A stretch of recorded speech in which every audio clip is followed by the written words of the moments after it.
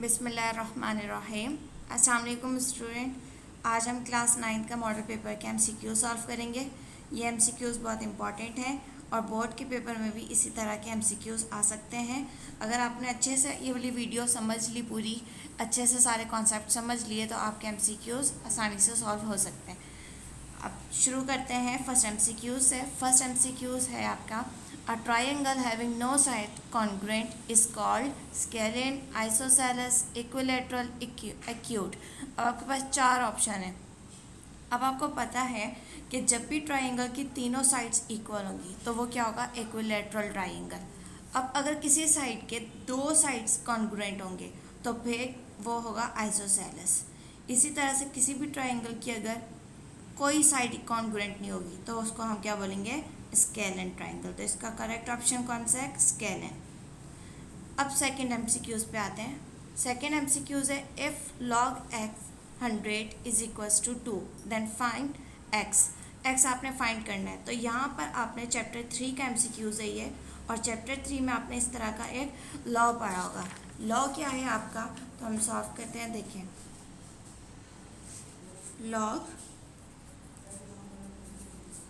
Log x m is equals to B. अगर ये है तो ये किसके इक्वल होगा, देखें एक्स जो यहाँ पर लॉग की बेस होगी वो यहाँ आ जाएगी, जो इज इक्वल्स टू के बाद होगा वो इसकी पावर बन जाएगी, और जो यहाँ एम लिखा हुआ है वो इज इक्वल्स टू के बाद, ये आपका लॉ है। तो यहाँ पर ये अप्लाई हो रहा है। अब यहाँ पर ये जो क्वेश्चन दिया हुआ है आपका, ये आपका क्या दिया हुआ है, log x 100 is equals to 2। तो यहाँ पर देखें कैसे बन जाएगा ये, x की पावर 2 इज इक्वल्स टू 100। हमने ये वाला लॉ अप्लाई किया यहाँ पर। अब हमने क्या करना है, बेस सेम करनी है या एक्सपोनेंट सेम करना है। तो यहाँ पर इसकी बेस सेम करेंगे। देखें x square is equals to, ये अगर क्या हो जाएगा 10 का स्क्वायर। तो देखें दोनों का एक्सपोनेंट सेम हो गया। जब एक्सपोनेंट दोनों के सेम हो जाएंगे तो बेस इक्वल हो जाएंगी। x इज इक्वल्स टू 10, ये आपका आंसर आ गया। तो देखते हैं करेक्ट ऑप्शन है इसमें। देखिए 10, 4, 16, 9, 10 करेक्ट ऑप्शन। नेक्स्ट एमसीक्यूज पे आते हैं। ए कॉम्प्लीमेंट का होल कॉम्प्लीमेंट, ये एमसीक्यू चैप्टर 1 से लिया है, चैप्टर 1 सेट से। अब ये बात आपने याद रखनी है, किसी भी अगर सेट का हम कॉम्प्लीमेंट लें और उसका अगेन कॉम्प्लीमेंट लें तो वो हमेशा से वही सेट वापस आ जाएगा। ठीक है, फॉर एग्जांपल अगर आपके पास बी सेट बी होता, बी का कॉम्प्लीमेंट निकालना है आपने, तो वो वापस से बी आ जाएगा। तो यहाँ पर ए है तो आपका करेक्ट ऑप्शन है ए। नेक्स्ट एमसीक्यूज है आपके पास, if A plus B is equals to 4 and A minus B is equals to 2 then the value of A square minus B square is equals to. अब A square minus B square, आपको formula पता होगा, A square minus B square किसके equal होता है, A plus B, A minus B. अब यहाँ पर आपको a प्लस बी की वैल्यू दी हुई है 4, तो a प्लस बी की वैल्यू आ गई 4, a माइनस बी की वैल्यू दी हुई है 2, तो a माइनस बी की वैल्यू आ गई 2। अब इन दोनों को आपने मल्टीप्लाई करा देना है, 4 2 ज़ा 8, तो a square minus B square की वैल्यू क्या आ गई 8, और यही हमने फाइंड करनी है। देखें ऑप्शन क्या दिए हुए, 12, 5, 8, 4, तो इसका करेक्ट ऑप्शन है 8। फिफ्थ एमसीक्यूज है, square root x whole power है y is called of the root. अब ये y जो है यहाँ पर इस वाले की बात कर रहे हैं, ये y क्या है। अब अगर इसमें x बोला होता तो याद रखें, जब भी स्क्वायर रूट के अंदर जो x है इसको आप क्या बोलते हो, रेडिकेंट, और स्क्वायर रूट के बाहर जो लिखा होगा ये क्या है, इंडेक्स ऑफ रूट। तो यहाँ पर y का पूछा हुआ है तो y यहाँ पर क्या है, इंडेक्स ऑफ रूट, तो इसका करेक्ट ऑप्शन है इंडेक्स। इफ़ ये जो ए के बारे में, ए के साइड पे जो बनाया है इसको क्या बोलते हैं, डिटर्मिनेंट। इसको क्या बोलते हैं, डिटर्मिनेंट। ये मैट्रिसेस चैप्टर में आपने फाइंड किया होगा, डिटर्मिनेंट अगर 0 आ जाए तो वो क्या, वो वाला कौन सा मैट्रिक्स होगा, सिंगुलर मैट्रिक्स। अगर ए का डिटर्मिनेंट 0 ना आए तो वो क्या होता है, नॉन सिंगुलर। तो यहाँ पर देखें ए का डिटर्मिनेंट क्या बोला हुआ है, is equals to 0, then matrix is called singular, non singular, scalar, unit, that is singular. Singular क्यों है? क्योंकि इसका डिटरमिनेंट 0 के इक्वल इन्होंने क्वेश्चन में ही दे दिया है। अब 7th MCQ है आपका, if x is equals to 2, 3, 5, 7, 11 then all the numbers in x are prime numbers, natural numbers, odd numbers, even numbers. Prime numbers कौन से होते हैं? जो सिर्फ अपने टेबल में आते हैं, जिसके सिर्फ 2 फैक्टर होते हैं, एक 1 और एक 2। तो देखें ये 2, 3, 5, 7, 11 ये सब सिर्फ अपने टेबल में आती है, किसी और के टेबल में नहीं आते। तो वो ये कौन से नंबर होते हैं? Prime number. तो इनका ऑप्शन क्या है? Prime numbers. अब नेचुरल नंबर हमेशा किससे शुरू होता है? 1 से। तो ये देखिए ये यहाँ पर 1 नहीं है। ऑड नंबर कौन से होते हैं? जो 2 के टेबल में नहीं आते, जैसे 3, 5, 7। तो ये देखें ये सारे ऑड नंबर नहीं, ये 2 जो है वो 2 के टेबल में आता है। तो ये कौन से हो गए? ये 2 जो है वो इवन भी आ गया इसमें। तो इवन नंबर कौन से होते हैं? जो सिर्फ 2 के टेबल में आते हैं। तो इन तीनों ये तीनों ऑप्शन करेक्ट नहीं है, सिर्फ इसका कौन सा ऑप्शन ठीक है? Prime numbers. नेक्स्ट MCQs पे आते हैं 8th MCQs। 1/2 whole power -3। अब 1/2 होल पावर -3, पहले तो आप इस -3 को पॉजिटिव पावर में चेंज कर लें। कैसे चेंज करेंगे हम? जब भी किसी भी फ्रैक्शन को हम रेसिप्रोकल करते हैं तो उसकी पावर माइनस से पॉजिटिव बन जाएगी। देखें 1/2 की होल पावर -3 है। अब हम इसको रेसिप्रोकल जब करेंगे, 2 को ऊपर ले जाएंगे, 1 को नीचे, 2/1। तो ये पावर माइनस में है तो ये कन्वर्ट हो जाएगी पॉजिटिव में। नीचे वाले 1 की कोई वैल्यू नहीं, इसको हम इस तरीके से भी लिख सकते हैं 2 की पावर 3। तो 2 की power 3 equals to 2 multiply by 2 multiply by 2, 2 2 ज़ा 4, 4 2 ज़ा 8। तो इसका करेक्ट ऑप्शन देखें कौन सा है? 8। फर्स्ट ऑप्शन ही 8 दिया हुआ है, तो ये इसका करेक्ट ऑप्शन है। नेक्स्ट MCQs में आते हैं। √2 + 1, √2 - 1 इज इक्वल्स टू। अब आप गौर करें, यह इसका जो फर्स्ट एलिमेंट है और सेकंड ब्रैकेट का जो फर्स्ट एलिमेंट है दोनों सेम है। इसका फर्स्ट ब्रैकेट का सेकंड एलिमेंट, सेकंड ब्रैकेट का सेकंड एलिमेंट दोनों सेम है। तो अगर मैं इसको a बोल दूँ, देखें √2 + 1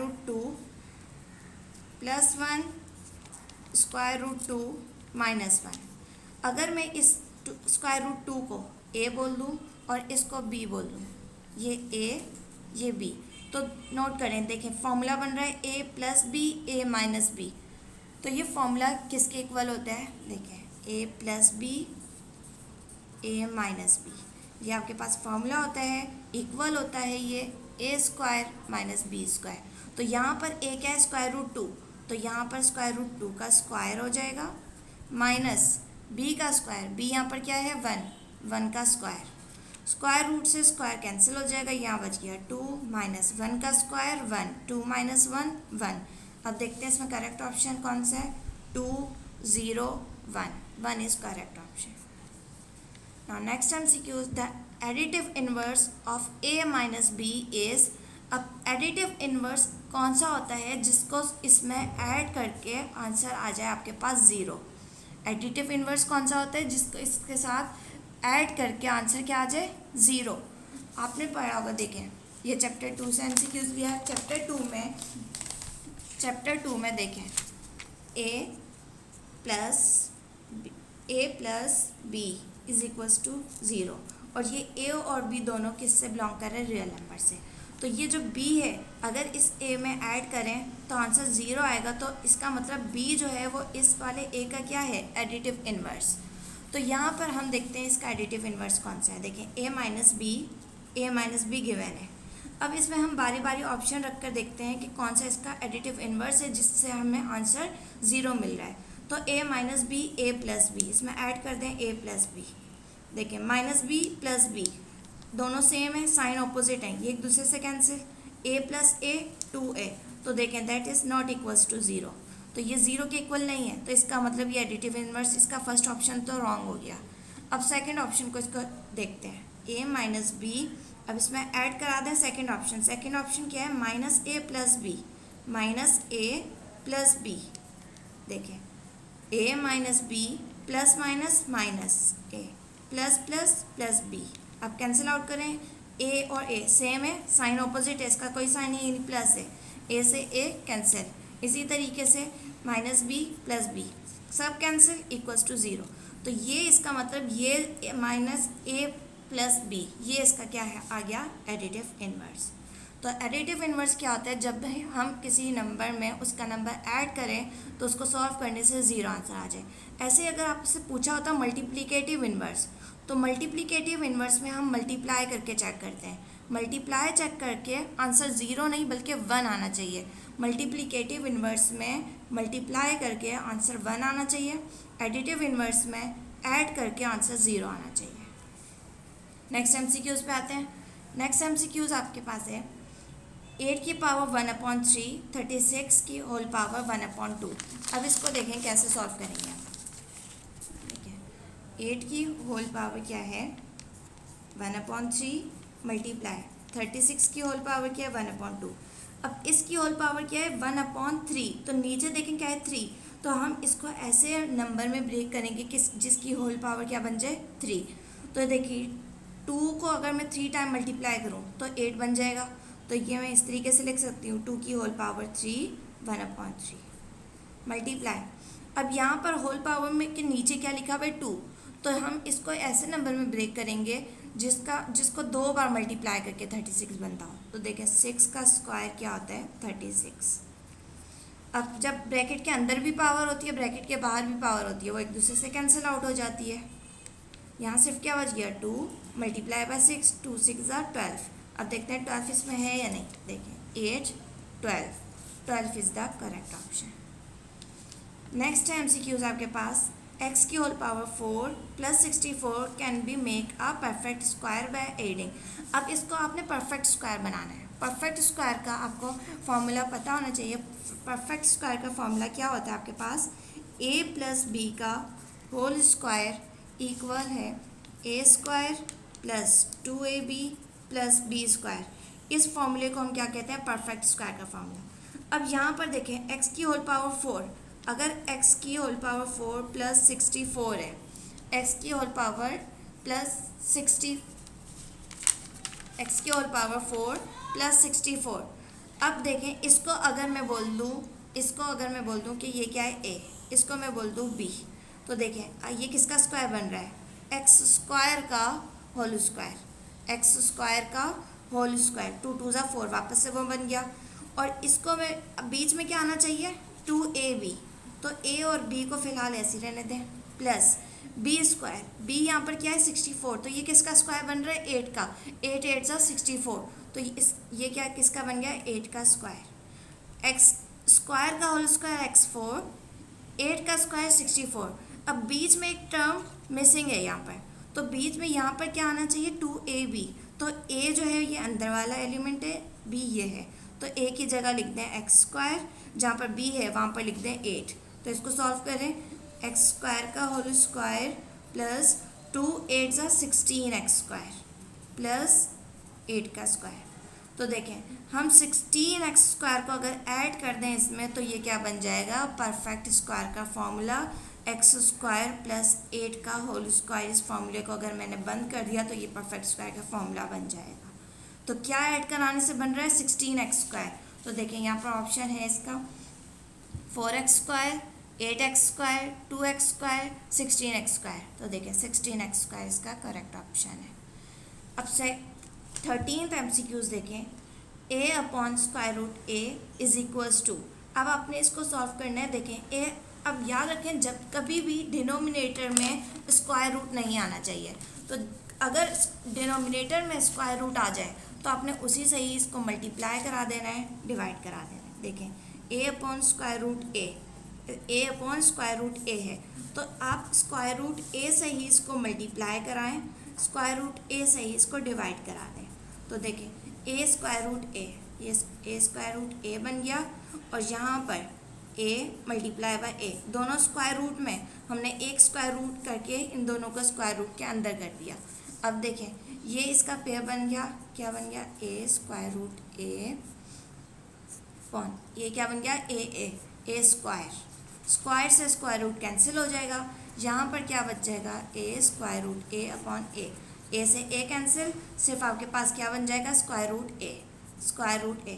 अब देखते हैं यहाँ पर करेक्ट ऑप्शन कौन सा है, ए 1/√a √a। This is your correct option. अब 14th MCQs आपके पास है, the degree of polynomial x² + xy² + y is. अब आपने इस पॉलिनोमियल की डिग्री बतानी है। तो डिग्री क्या होती है, किसी भी पॉलिनोमियल की जो टर्म्स होती हैं उन टर्म की हाईएस्ट पावर को हम क्या बोलते हैं, degree of polynomial.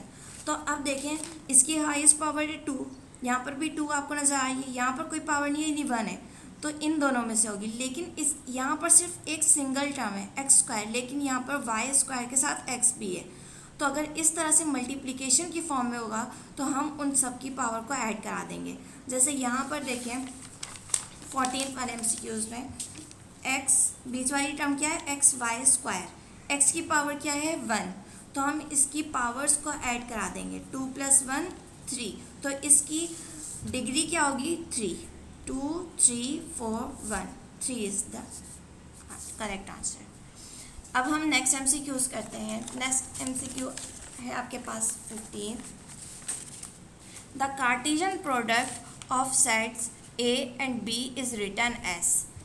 Cartesian product नाम से ही शो हो रहा है, प्रोडक्ट क्या है, मल्टीप्लाई, तो आपने इसी से कार्टेशियन प्रोडक्ट मल्टीप्लाई, तो इसी से ही आपने अंदाज़ा लगाना है कि ये कार्टेशियन प्रोडक्ट को आप किस फॉर्म में लिखते हो, A क्रॉस B। इसको A मल्टीप्लाई पे B नहीं पढ़ते, इसको A क्रॉस B पढ़ते हैं। ये क्या होता है, cartesian product. Next MCQ, the sum of complementary angles. Complementary याद रखा, कॉम्प्लीमेंट्री वर्ड निकला 90 डिग्री, ठीक है। कॉम्प्लीमेंट्री जब आएगा तो 90 डिग्री। अगर मैं दो एंगल का सम लूँ और वो 90 डिग्री के इक्वल आए तो वो वाले एंगल्स क्या कहलाएंगे, कॉम्प्लीमेंट्री एंगल्स। तो इसका आंसर क्या है, 90 डिग्री। अगर यहाँ पर लिखा होता सप्लीमेंट्री, तो अगर किसी भी एंगल्स का सम कराऊँ और वो 180 के इक्वल आ जाए तो उसको बोलते हैं हम सप्लीमेंट्री। अगर यहाँ सप्लीमेंट्री लिखा होता तो आपका आंसर कौन सा होता, 180, लेकिन यहाँ कॉम्प्लीमेंट्री लिखा हुआ है तो 90 degree. The characteristic of 6.02 exponent 23 is. तो अब यहाँ पर करेक्टरिस्टिक पूछा हुआ है, करेक्टरिस्टिक यहाँ पर 23 है, तो यहाँ पर ये जो एक्सपोनेंट में लिखा हुआ होता है यही आपका करेक्टरिस्टिक है इसका। तो यहाँ 23 है तो इसका आंसर क्या आ गया आपके पास, 23। The sum of all angles of a triangle is. अब पूरे ट्राइंगल का आप कोई सा भी ट्राइंगल ले लें, उन सारे एंगल्स का सम हमेशा 180 के इक्वल आएगा। देखिए 180 degree, this is your correct answer. अब इन सारे MCQs का आपको अच्छे से प्रैक्टिस कर लेनी है। आपको सारे MCQs अच्छे से आ गए होंगे, अब आपने इसकी प्रैक्टिस कर लेनी है। Thank you.